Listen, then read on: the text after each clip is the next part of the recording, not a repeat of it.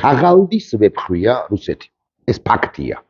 4 წელი გასრულდა, მე-5 წელი დაიწყო, რაც რუსეთმა დაიწყო სპეციალური სამხედრო ოპერაცია, სპეციალная военная ოპერაცია უკრაინაში. ყველას ჰქონდა მოლოდინი რომ რუსეთი რამდენიმე დღეში მოამყომარებდა უკაცრავად ამ სიტყვისთვის. ამ ამბავს 4 დღეში, 5 დღეში კიევშიც კი ჩაარეჭობდა რუსულ დროშას. და 4 წელი გასრულდა ისე, რომ რუსეთს პრაქტიკულად არანაირი წინსვლა განსაკუთრებით ბოლო 2 წელიწადი, 2 წელიწად ნახევარი არ აქვს. ეს არ ნიშნავს იმას, რომ აქა-იქ ის არ აღწევს გარკვეულ წარმატებას. რასაკვირველია, წინაც მიიწევს, მაგრამ ჩაარჭობენ დროშას სადღაც, რუსულ დროშას, ლუხანსკის, რომელიღაც 58 ხარისხოვან სოფელში მართებული კონოტაციით ვამბობ, ჩაარჭობენ, გერასიმოვი ატაკს აბარებს პუტინს, აგემთერი ლუხანსკი ავიღეთო და 3 საათში ამოვარჭობინებენ, უფრო ზუსტი რომ იყო უკრაინელები. უკრაინელები თავს იცავენ საოცრად. ეს ფაქტია და აკი ამიტომაც გაძლეს და არა მარტო გაძლეს, მიუხედავად იმისა, რომ ეს ხანდახან შეუძლებელი იყო, ხანდახან წარმოუდგენელი იყო. არა მარტო გაძლეს, არამედ უკვე ბოლო პერიოდია ისინი სოფელზე 58 ხარისხოვან თუნდაც, მაგრამ სოფელზე დასახლებულ პუნქტზე იბრუნებენ. ეს არ ნიშნავს იმას, რომ უკრაინას არ უჭირს ვინმეს არ ეგონოს, რომ ახლა მე ამის თქმელი ვარ, ამის ქადაგად დავვარდები. არა, რასაკვირველია, უკრაინას უჭირს მობილიზაციის, როტაციის თვალსაზრისით. რასაკვირველია, უჭირს საერთაშორისო დახმარებების თვალსაზრისითაც. ახლა 90 მილიარდს მიიღებს ივნისში პირველ ტრანშს და წლის განმავლობაში კიდევ მნიშვნელოვან 2 თუ 3 ტრანშს და მე უკვე 2027 წელსაც ამოისუნთქებს უკრაინა. რასაკვირველია, მის შეერაღებული ძალები. სკოლა შემთხვევაში რაღაც ფინანსური უზარმაზარი რესურსია ეს. ამერიკელებიც ეხმარებიან, რასაკვირველია, მაგრამ უკრაინა მაინც ერთგვარად შეჭირებული, დანგრეული, თან დიდწილად, თან მნიშვნელოვან წილად ქვეყანაა, მაგრამ აი რაც ძალიან მნიშვნელოვანია, რაც ვერასდიდებით ვერ გაუგია ქართულ ოცნებას, ქართულ რუსულ ოცნებას, ბანდას ქართულ ოცნებისა, ღირსებით სავსე ქვეყანაა უკრაინა. ღირსეული ხალხი აღმოჩნდა, ჩვენს ღირსეულები ვართ, ისე არ გაობივიდეს. რასაკვირველია, ჩვენი ხელისუფლებად წოდებული ბანდაა უღირსი. ჩვენს ღირსეულები ვართ, ქართველი ხალხი ღირსეული ხალხია, უკრაინელები ღირსეულები არიან, იმიტომ რომ ისინიც კი ვინც ამბობდა, რომ რუსეთს უნდა გავუწვეთ, ომამდე. რუსეთს უნდა შევურიგდეთ, რუსეთთან უნდა მოვილაპარაკოთ რაღაც საკითხებზე, ისინიც კი ახლა ფრონტის წინა ხაზზე არიან, აი პრორუსებად წოდებულები ოდესღაც, ან რუსები, რომლებიც უკრაინის შეერაღებულ ძალებში მსახურობენ. გადაფსიხებულია ამის გამო რუსეთის ფედერაცია. სხვა შორის ძალიან ხშირად ვრცელდება ბოლო ხანებია უკრაინულ და არა მხოლოდ უკრაინულ მედია საშუალებებში ვერსიები იმის თაობაზე, რომ რაღაცა პუტინი ამობს ვერ იგებს და რაღაცა უმძიმესი მდგომარეობა აქვს ეკონომიკური, საკმაოდ მძიმე, მოდი ასე ვიტყვი, და ზიუგანოვმა ეს ოდესღაც ელცინის მოწინააღმდეგე კომუნისტმა კაცმა 1917 წლამდეც კი 17 წლის კოლაფსის მდგომარეობაში აღმოჩნდება რუსეთის ეკონომიკა, ესეც კი იწინასწარმეტყველა. მინისტრისწარმეტყველება სულ უფრო ხშირად ვრცელდება ინფორმაციები იმის თაობაზე, რომ რუსეთის დღევანდელ ლიდერს პრეზიდენტ პუტინს სამხედრო სახელმწიფო გადატრიალებას მოუწყობენ. ავად არის პუტინი. საშინელ მდგომარეობაშია. კრემლში შედის ხოლმე ავტომობილების კოლონა, ის არზის იმ კოლონაში. მისი პირველი თუ მეორე ორეული დადის რაღაც გამოჩნდება ხოლმე ხალხში ან რაღაც თავის კრემლში ან რაღაც შეხვედრაზე. ამ ინფორმაციების დიდი ნაწილი რასაკვირველია ტყუილია, არ არის თლაც სიმართლე, მაგრამ პუტინს რომ არ უხინს, ეს ფაქტია მართლაც. გერასიმოვი ჩადის ხოლმე, ჩააბარებს ხოლმე პატაკს, რომ ავიღეთ 78 ხარისხოვანი სოფელი ლუხანსკში და მე მეორეჯერ აცხადებენ ამას, რომ ლუხანსკი ავიღეთ სრულად. ეს ლუხანსკი თავიდან ბოლომდე რეგიონი როგორც ასეთი აღებული აქვს, არც გადავაჭარბებთ ამას ვიტყვი, ოღონდ არც მომითვლია მე-7 თუ მე-8. ოღონდ ლუხანსკიც კი აღებული არ აქვს. ეხლა რატომ ყვები ამ ყველაფერს? რატომ გიამბობთ? ჩვენს კონტექსტში ძალიან საინტერესო ამასობაში შენ ჩამოებღაუჭო სტრატეგიულად უკვე დამარცხებულ და ტაქტიკურ დონეზე რო დამარცხდება იმ ქვეყანას, მასზე დადო ფსონი, ბიძინეივანიშვილი ხო ამას აკეთებს. წარმოუდგენელი სიშტერეც არის, იმოდიშებთ რომ გადავიწია ფსონი რომ დადო მასზე წარმოუდგენელი მამატია და სიშტერეც არის, იმიტომ რომ ბიძინეივანიშვილს მესმის რომ მოკლევადიანი ამოცანები აქვს, მაგრამ გრძელვადიანი თვალსაშუალო და გრძელვადიანი თვალსაზრისით რუსეთი რასაკვირველია მარცხნივ. აქვე გაგახსენებთ ერთ საინტერესო ეს ტაქტიკურ სვას მაინც თქვენ ცნებართ ასე ვიტყვი.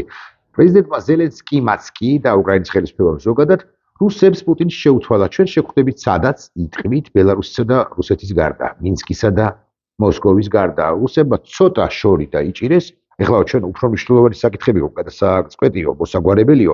ამაზე მნიშვნელოვანი საკითხი რასაკვირველია რუსეთს არა აქვს არც ექნება, კიდე კარგა ხანი რუსეთს უნდოდა რომ მოენადირებინა, მოეიღლიავებინა უკრაინა და უკრაინაში ჩაარჭობდა რა რუსულ დროშას პირდაპირ თუ არა პირდაპირ მნიშვნელობით, მე უკვე წასულიყო საბჭოთა კავშირის აღდგენაზე და კოვზიო, ასე რომ ვამბობთ ხოლმე ჩვენ, კოვზი ნაცარში ფაქტია, რომ ჩაუვარდა მეხუთე წელია რუსეთი ამ მდგომარეობაში. ამასობაში რაღაცა ამდგო სწორედ იმიტომ აქეთ როგორ დაახსნათ ხო? სწორედ იმიტომ თუ რაღაცა ამ მდგომარეობაშია რუსეთი შეიძლება ხაზგასმით ყველა სიტყვას რეაქციით ყურადღება ხაზგასმით ვამბობ შეიძლება გახდეს კიდევ უფრო მეტად არაადეკვატური სახელმწიფო. ეს ძალიან მნიშვნელოვანია.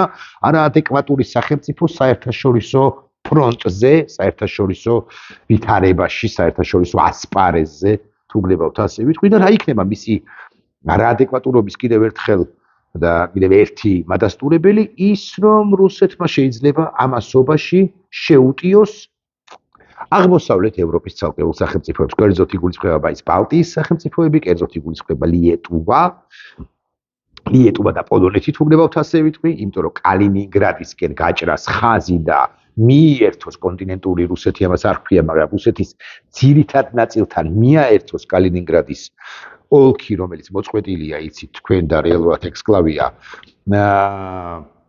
შუაგულ ევროპაში, ევროპის აღმოსავლეთ ნაწილში, კიდე როდიდან არსებული და მეორე ვარიანტია რომ შეუტიოს ესტონეთს და ესტონეთსაც მიიტანოს ესტონეთის აღმოსავლეთ ნაწილზე მიიტანოს საჰაერო ან ჰიბრიდული იერიშები, რომლებსაც ისედაც ახორციელებს ევროპის ცალკეული სახელმწიფოების მიმართ კონვენციური ომის ელემენტის გამოყენების გარეშე. ახლა ეს გააკეთებს თუ არა მას რუსეთი, არავინ არ იცის. თუ ვინმე მკითხავს მე ამას გააკეთებს თუ არა რუსეთი და სახმელეთო ჯარს შეიყვანს თუ არა სადმე, მე 100%-იანი გარანტიით შემიძლია გითხრათ რა უფლება მაქვს, მაგრამ მაინც რომ რუსეთი ამას ვერ მოერება, ვერ გასწდება. იმიტომ რომ ისედაც უშუალოდ უკრაინის ფრონტზე რუსეთმა რომელმაც დაკარგა ყველაზე უფრო ესეთი შემცირებული რაოდენობით 500-600,000 და გაბერილი რაოდენობით 1,100,000-1,200,000 ადამიანი დაჭრილები და დაღუპულები იგულისხმება, რუსეთს არა აქვს რესურსი, რომ ახლა პირობითად ლაპარაკობ 67,888 კაცი მოხსნას საიდანღაც და გადაისროლოს სახმელეთო ოპერაცია განახორციელოს სუვალკის დერეფნის მიმართულებით. მაგრამ ეს ნიშნავს თუ არა იმას, რომ ის საჰაერო იერიშებს, ან საჰაერო იერიშებს ავიაციით და რაკეტებით, აგრეთვე და დრონებით არ მიიტანს ამ მიმართულებით. მე გეტყვით სიმართლეს მე არ ვიცი, არ მაქვს ამასთან დაკავშირებით, გავბედავდი წარმოდგენაც კი. ანუ ერთი ვერსია რასაკვირველია, სწორია, იმიტომ რომ ის გაგიჟებული სახელმწიფოა და სურს რომ ნატო როგორც ასეთი გამოსცადოს და ბრიუსელში ამის შედეგად შეიკრიბებიან მაღალ ჩინოსნები ნატოს ხელმძღვანელები და ცალკეული სახელმწიფოები, ნატოს წევრი სახელმწიფოების ლიდერები და იტყვიან რომ იცით რა არის რუსეთმა რაღაცა განახორციელა ჩვენც უნდა უპასუხოთ პროპორციულად, ან არასიმეტრიულად, ან არასიმეტრიულად. ეს განხილვა იქნება, მაგრამ სანამ ესეთი განხილვას დაიწყებენ განსაკუთრებით ევროპელები გულისხმობა ცხადია, სანამ ესეთი განიხილავენ რაღაცას რუსეთმა შეიძლება არა სახმელეთო ჯარით, მაგრამ კიდევ ერთი იერიში, კიდევ მეორე იერიში, კიდევ მეშვიდე იერიში, 27 იერიში მიიტანოს და მართლაც შეაწუხოს ცალკე პოლონეთი, ცალკე ლიეტვა თუ გდებავთ ერთად ვიტყვი, ან ცალკე შეტევის სივრცე შეიძლება იყოს ესტონეთი და ესტონეთიც კი. პოლონეთის პრემიერ-მინისტრი ტუსკი ამბობს შემდეგ რამეს. პრემიერ-მინისტრმა ტუსკმა განაცხადა, რომ რუსეთმა შესაძლოა ნატოს წევრ რომელიმე და აღარ აკონკრეტებს, მაგრამ იგულისხმება სწორედ ლიეტვა, პოლონეთი ერთად თქვათ, ერთად წარმოთქვათ, იმიტომ რომ სუვალკის დერეფანია გასაჭრელი და კალინინგრადის შემოსაერთებელი თუ მაინც და მაინც და ცალკე ესტონეთი გამოვყოთ აღარ აკონკრეტებს ტუსკი, მაგრამ მაინც რუსეთმა შესაძლოა ნატოს წევრ რომელიმე ქვეყანას მოკლევადიან პერსპექტივაში შეუტიოს, ეს თვეების და არა წლების საკითხია და ყველა ჭკუად ყოფილი ექსპერტი იტყვის, რომ რუსეთს ძალა არ ეყოფა, მაგრამ ნატოს ეყოფა თუ არა, არაიმდენად ძალა, თუმცა ძალის პრობლემაც არის, რამდენადაც ნება, რომ თუნდაც აი ესე ერთჯერად, ასე ვიტყვი, შეტევას რუსეთისა ავიაციის გადაფრენას, ცალკეული ბომბების ჩამოგდებას, ან რაღაც საკრაკეტო იერიშებს, ან დრონებით შეტევას, მოკლედ სახმელეთო ოპერაციის გარდა პრაქტიკულად ყველა სახის ოპერაციას უპასუხოს ჯეროვნად. მე გულახდილად გეტყვით დარწმუნებული ამაში არა ვარ მეცაც გეტყვით აბსოლუტურად დარწმუნებული ვარ საპირისპიროში მგონია რომ ნატოს წევრი სახელმწიფოების ლიდერები აღშფოთდებიან ასე რომ ამბობთ ხოლმე საყოველთაოდ რომ არის გავრცელებული აღშფოთდებიან იტყვიან რომ ამას თუ მეორეჯერ გაიმეორებს რუსეთი ამ შემთხვევაში ჩვენ ჩავირევით ოღონდ რუსეთი მეორეჯერ მესამეჯერ მეათეჯერ რომ ეცადოს ამას და განახორციელოს არც არავინ არ ჩაერევა დედასტირებია ბალტიის სახელმწიფოებსო ამის თქმა როგორ გავუბედო ახლა მე პერსონალურად რა უფლება მაქვს მაგრამ აი როდესაც სტოლტენბერგის არც თუ დიდი ხნის წინანდელი ინტერვიუს ეცნობი და იქ კითხულობ ამოიკითხავთ სიტყვებს რომ ჩვენ პრინციპში მზად ვიყავით განგვეხილა ან ჩაგვებარებინა ხო ანუ ახალი რიბენტროპ-მოლოტოვიც არ იყო საჭირო პირდაპირ მნიშვნელობით ჩაგვებარებინა ბალტიის სახელმწიფოებიო ამას რომ წარმოთქვამს ნატოს აწუყე ყოფილი გენერალური მდივანი ხვდები შენ რომ დასავლეთის ეს ნაწილი ან დასავლეთის ეს მიდგომები გაგიკვირდება და გეწყინება კაც და არასწორი ეს არნიშნავს იმას რომ დასავლეთი აქვს ალტერნატივა დასავლეთი უალტერნატივო სივრცე არ არის რასაკვირველია დასავლეთი უალტერნატივო სივრცეა ჩვენთვისაც ბალტიელებისთვისაც უკრაინელებისთვისაც მოლდოვას სომხებისთვისაც გავბედავ და ვიტყვი და ასე შემდეგ მაგრამ ეს ნიშნავს იმას რომ მოიკოჭლებს ვაგლახთა სამწუხაროდ დასავლეთი დღეს და ახლა დასავლეთის ევროპული ნაწილი მაგრამ თქვენ გითხავთ რომ მოიკოჭლებს კი დასავლეთის მთავარი ძალა გამწევი ძალა შეერთებული შტატები და ბევრი თქვენგანი ძალიან შეიარაღებული იქნება არგუმენტებით რომ ირანში დაიწყო რა ეს ოპერაცია ეს სამხედრო კომპლექსური ოპერაცია ისრაელთან ერთად შეერთებული შტატები და მისი დღევანდელი ადმინისტრაციას უკაცრავად სიტყვისთვის და ვერ კაჩავს ბოლომდე ანუ შეერთებულმა შტატებმაც ვერ მიაღწია იმ ამოცანებს და ამოცანა კარგად გავიგოთ განსაზღვრული ამოცანა რა იყო ან რა უნდა ყოფილიყო ან რა შეიძლება ყოფილიყო ეს რასაკვირველი არის ირანის პოლიტიკური ელიტის სამხედრო პოლიტიკური ელიტის სრული განადგურება კი განადგურებულია მისი მნიშვნელოვანი ნაწილი მაგრამ სამწუხაროდ სრულად განადგურებული არ არის სრულად არ განადგურებას აქვს თავისი საფუძველი ასე ვიტყვი და მე გეტყვით რა საფუძველია ვინმეს უნდა ელაპარაკოს ოღონდ ეს ვინმე ვისაც დაელაპარაკება ადეკვატური უნდა იყოს აი ლარიჯანი რომ განადგურეს ლარიჯანის ლიკვიდაცია რო მოხდა მანამდე 3-4 დღით ადრე ვინც ის და ის ადეკვატურ ლიდერად ითვლებოდა კიდეც მაგრამ მას შემდეგ რაც ლარიჯანმა ყველა წითელი ხაზი გადაკვეთა ისრაელისა და ამერიკის ორივეს მხრიდან ის განადგურებული იყო აღარაფერს ვიტყვი ალი ხამინეიზე რომელიც პირველივე დღეებში მოკლეს ამ სამხედრო ოპერაციის პირველივე დღეებში. ეხლა ის კითხვა მოჩთაბას მოკლა შეუძლიათ თუ რა ალბათ მაინც შეუძლიათ ამერიკელებს, მაგრამ იქნება და ის ადეკვატური იყოს. თუმცა მოკლა შეუძლიათ მეთქი ასე რომ ამბობ ეხლა ესეც თლად გადაჭარბებულია შესაძლოა, იმიტომ რომ ის საკმაოდ კარგ მამამისისაგან უკეთესად განსხვავებით უკეთესად არის დაცული როგორც ჩანს, თუმცა გავრცელდა ინფორმაცია რომ სახის ნაწილი არ აქვს. იმიტომ რომ აფეთქების დროს ის მამის გვერდით იმყოფებოდა ალი ხამინეის გვერდით იმყოფებოდა გვერდში იმყოფებოდა და მისი სახის ნაწილი განადგურებული აქვს არ უნდა რომ ესე გამოჩნდეს რაღაც ფეხი შეიძლება ამპუტაცია მოხდეს ფეხისა თუ უკვე არ მოხდა ან მოხდება მოდი ასე ვიტყვი და ასე შედ ბევრი პრობლემა აქვს მე არ მგონია რომ მოჩთაბამ მოახერხოს ირანის მართვა და ან თუ მოახერხებს ისეთი ავტორიტეტი იყო, ავტორიტეტი გახდება როგორც იყო, გარდაცვლილი, დაღუპული, ლიკვიდირებული მამამისი. მოკლედ, ამერიკის შეერთებულ შტატების ბევრი რამის გაკეთება შეეძლო და შეუძლია. ეს და ამოცანები იყო ამგვარი, ესე იგი ირანის პოლიტიკური ლიდერების განადგურება სამხედრო პოლიტიკური ელიტისა და ეს რასაკვირველი არის ნავთობის კონტროლი და ნავთობის კონტროლზე უფრო მნიშვნელოვანი არის ირანს შეეზღუდოს სარაკეტო და ბირთვული პოტენციალი, ბირთვული იარაღის წარმოება. არა მარტო შეეზღუდოს, არამედ სრულიად ჩამოერთვას 20 წლით კი არა, 28 წლით და 8 თვით, ხო? არა, სამუდამოდ. ირანმა როგორც არადემოკრატიულმა სივრცემ არ უნდა აწარმოოს, არ არის სანდო.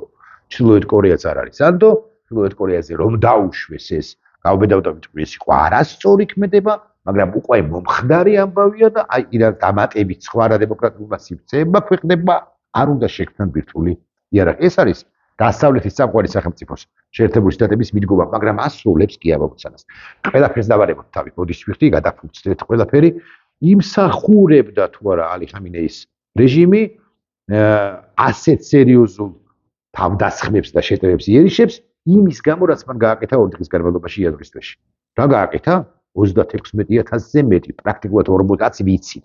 40,000 მშვიდობიანი მოქალაქე გაანადგურა და დახვრეტაზე მიმდინარეობდა და დაპირება დახვრეტების თაობაზე იყო და იყო. კიდევ ამ კონტექსტში რასაკვირია მნიშვნელოვანია ლიბანი, ისრაელი, ჰეზბოლა, ლიბანს ჩაეხსნება თუ არა, ბევრი დეტალია ისრაელის ამბიციები, ევროპა-ისრაელის ურთიერთობები, მოკლედ ორომტრიალია, მაგრამ ჩვენ ხომ რუსეთს უნდა დავუბრუნდეთ და ვიკითხოთ, რუსეთი თუ განახორციელებს იერიშებს ევროპის მიმართულებით, სად იქნება შეერთებული შტატები? ის დაუდგება გვერდზე? გვერდში ცხარს უკან, ზურგს უკან, ევროპას დაეტყვის, რომ შენზე თავდასხმა, ნატოს წესდების მეხუთე მუხლის თავდასხმა, თანახმად არის ჩემზე თავდასხვაც და მე მოვდივარ და მე გიცავ შენ. აი ტუსკი ამბობს. ტუსკმა გამოთქვა შიში იმის შესახებ, არის თუ არა მზად ამერიკის შეერთებული შტატები შეასრულოს ნატოს წინაშე ნაკისრი ვალდებულებები ევროპის დასაცავად ასეთი თავდასხმის შემთხვევაში. მე გავბედავ და ვიტყვი ასე.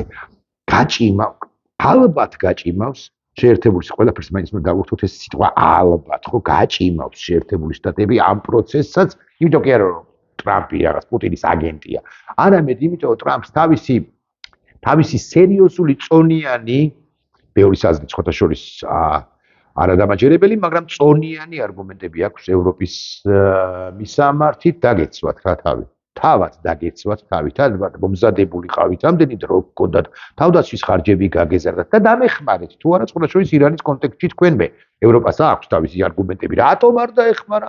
ევროპას აქვს თავისი არგუმენტები, რატომ იწყებს დახმარებას ახლა, რატომ მიემგზავრებიან, მიეშურებიან ევროპული გემები ორმუზის სრუტისაკენ, აქვს თავისი არგუმენტები, მაგრამ თუ ესე მე რომ მკითხო, სასწორზე დავდებთ ორივე სივრციდან არგუმენტებს, ანუ ამერიკელთა არგუმენტებს, ევროპული არგუმენტების წილ, ჩემი მოსაზრებით გადასწონის ამერიკული არგუმენტები. დიახ, მიუხედავად იმისა, რომ ნატოს მეხუთე მუხლი ბუნებრივად არ ვრცელდებოდა ამ რეგიონზე, ირანზე, ორმუზის სრუტეზე, რა ვიცი, ახლო აღმოსავლეთზე ფართოდ და ასე შემდეგ, იმიტომ რომ მაინც არ ყოფილა თავდასხმა ნატოს წევრ სახელმწიფოებს.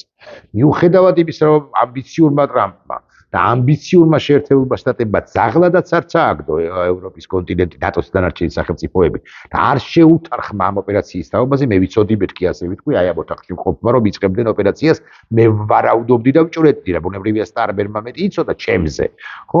ამის მიუხედავად, ანუ არის არგუმენტები ევროპის სასარგებლოდ, ამის მიუხედავად ევროპას უნდა დაეთმო და ევროპა უნდა ჩართულიყო იმ თავითვე, თუ აწორვაზეა მაინც და მაინც მე მართლა ტრამპის ამერიკელების მხარეს უფრო ვარ თქვათ ულახდილები თუ ვიქნები სამართლიანია პრეტენზიები, თუმცა როცა განვითარდა ეს პროცესები, იქ ესპანეთის პოზიცია ვნახეთ, იქ ბრიტანეთის პოზიცია ვნახეთ, იქ გერმანიის პოზიცია ვნახეთ, იქ საფრანგეთის პოზიცია ვნახეთ და საბოლოო ჯამში ბულგარეთი დაუჭერს თუ არა მხარს ახლა შეერთებულ შტატებს, ამერიკის შეერთებული შტატებისთვის ეს 38 ხარისხოვანია, იმიტომ რომ ცხადია ისელოდა გამხარდაჭერას ლონდონიდან, ბერლინიდან, პარიზიდან, რომიდან და ევროპის ნატოს წევრი ევროპის წამყვანი სახელმწიფოები და რომ ვიცოდეთ მაინც.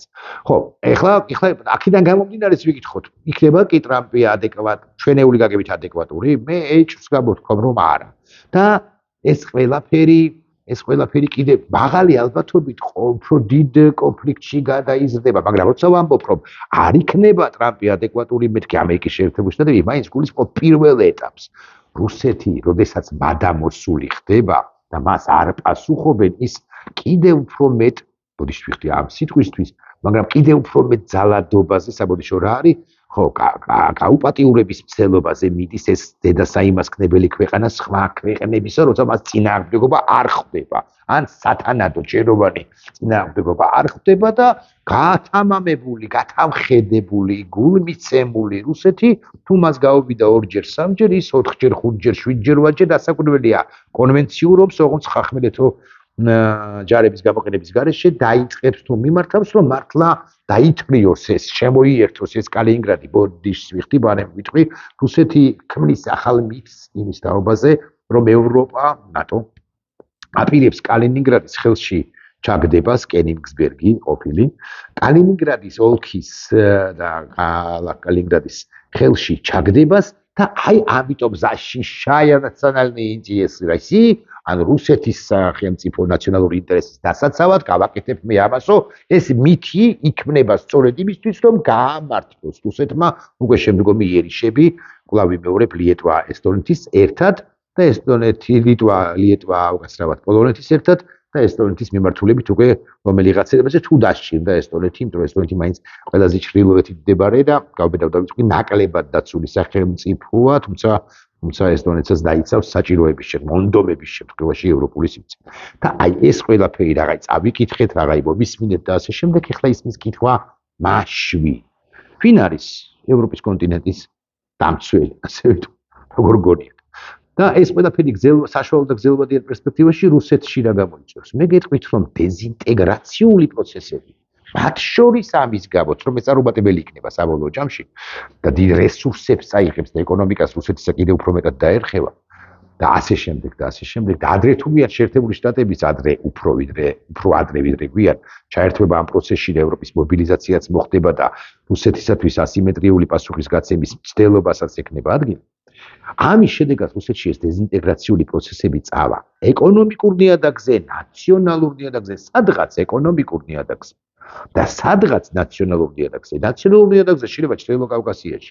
ეკონომიკურ ნიადაგზე შეიძლება რომელიმე ოლქში, რომელიმე რეგიონში, ხმა, ან ყრუ რუსეთში, ასე ვთქვი, დეზინტეგრაციული პროცესები წავა და პუტინის დაყირავება როგორც ასეთი გაცილებით იოლად მოხდება იმ შემთხვევაში თუ ის ძალაუფლების კონცენტრაციას როგორც ასეთს ვერ მოახერხებს. და ფაქტია, რომ უკვე ვეღარ ახერხებს, არათუ მომავალში თუ ხელფეხს რომ მოიქნევს ფსიქივით, ხო ფსიქი ხო არის? და ფსიქივით როცა მოიქნევს ხელს, იმის შემდეგ, როდესაც ვერ მიაღწევს იმ ამოცანებს, ვერც კალინინგრადის მიმართულებით, აბა ვინ შეუშვებს ახლა უკრაინის მიმართულებით ხო ჩაფლავებულია სტრატეგიულ და ტაქტიკულ დონეზეც უმრავლეს შემთხვევაში ეს უკანას და ასე შემდეგ. და აი ახლა ვიტყვი თავს. გაგიკვირდება და ევროპის კონტინენტის ყველაზე უფრო სწრაფი და ეფექტური დამცველი არის არა ჯარი შეერაღებული ძალების საფრანგეთისა პატივისცემა. ბრიტანეთისა, რომელიც არ არის ევროპის კონტინენტური ევროპის ნაწილი.